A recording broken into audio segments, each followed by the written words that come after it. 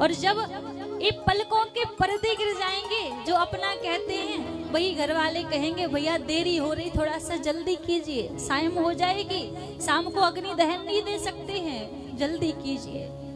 बस इतने से ही रिश्ते हैं जिसके लिए हम उस परमात्मा को छोड़ देते हैं।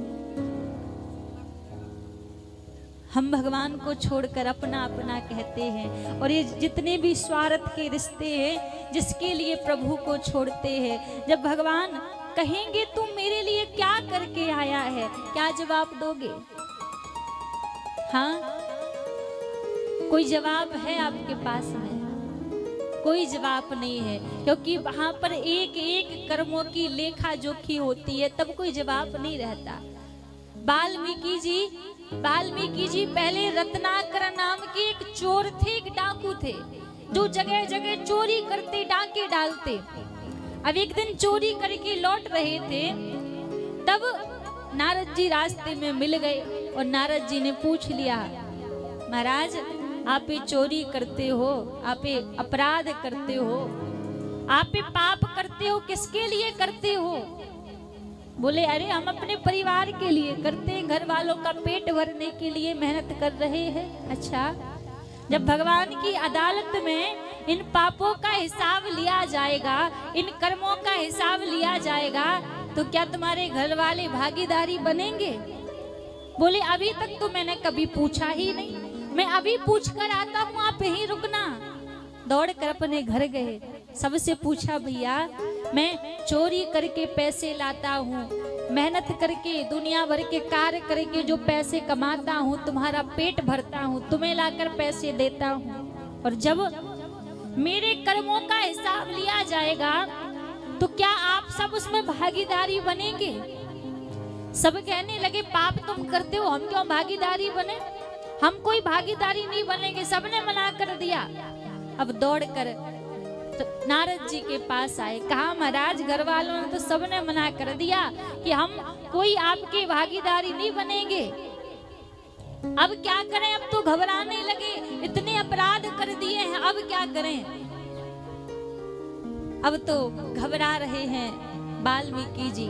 नारद जी ने कहा चिंता मत करो, अभी भी उपाय है तुम्हारे पास में, तुम भगवान का भजन करो, भगवान का भजन करोगे तो भगवान कृपा करेंगे, सारे पाप कट जाएंगे। अब चोर ठहरे, कभी राम नाम जपा हो, कभी मंत्र कोई पुकारा हो, पूजा की हो तो आ जाए। नारद जी ने मंत्र बताया, कहा 12 अक्षर का मंत्र का जाप करना, ओम नमो भगवते वासुदेवाय नमः। अब बोले महाराज ये जो आपने बताया है ये तो हमें जीवन में बोलना ही नहीं आएगा, जीवन बीत जाएगा, बोलना ही नहीं सीख पाएंगे, कोई सरल सा नाम बता दो जिस नाम को भज के पार हो जाऊं। कहा कृष्ण नाम भजो, कृष्ण कृष्ण पुकारा करो।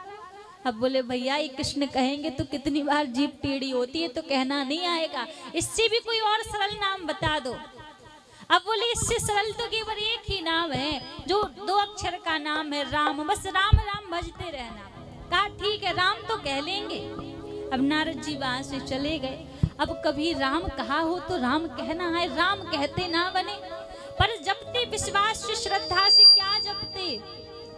उल्टा नाम जपत जग जाना, उल्टा नाम जपत जग जाना, उल्टा नाम जपत जग जाना। वाल्मीकि भय ब्रह्म समाना, वाल्मीकि भय ब्रह्म समाना। बोले उल्टा नाम जपत जग जाना, वाल्मीकि भय ब्रह्म समाना। उस राम कहते नहीं बनता, मरा मरा मरा मरा जपते, और सुध कब आई जब ब्रह्म के समान हो गए कि मैं तो भगवान का उल्टा नाम जपता हूँ। तो कहने का भाव, उनको तो नारद जी मिल गए थे जो सदगति दिला दी, लेकिन हमारी आपकी दशा सोचो, हमारा क्या होगा? हमें उल्टे सीधे कर्म करते हैं, दुनिया में लगे हुए हैं, माया के पीछे भाग रहे हैं, धन के पीछे भाग रहे हैं, भगवान को क्या जवाब दोगे? ये रिश्ते कब तक के हैं?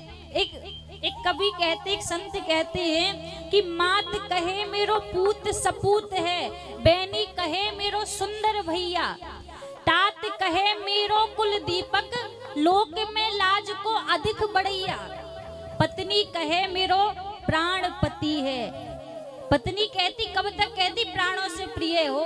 पत्नी कहे मेरो प्राण पति है, जिसकी जामे लेत बलैया। और कवि गंग कहे सुन अकबर, जिनकी गांठ में सफेद रुपैया।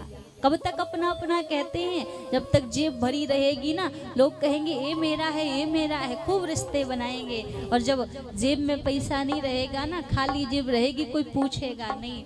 इसलिए बार बार कहते हैं बहुत कम समय हमारे पास में है, और वो समय भगवान को समर्पित कर दो, भगवान का भजन कर लो, भगवान को याद कर लो, वरना कुछ संग जाने वाला नहीं है। ऐसे ही जैसे व्यक्ति आया था वैसे ही चला जाएगा। भगवान को जवाब देने के पास आपके लिए कोई शब्द नहीं होंगे कि हम क्या भगवान को जवाब दें, ये हम क्या करके आए हैं। कल जब सुखदेव जी महाराज ने प्रश्न किया था, सुखदेव जी महाराज से परीक्षित ने, तो सुखदेव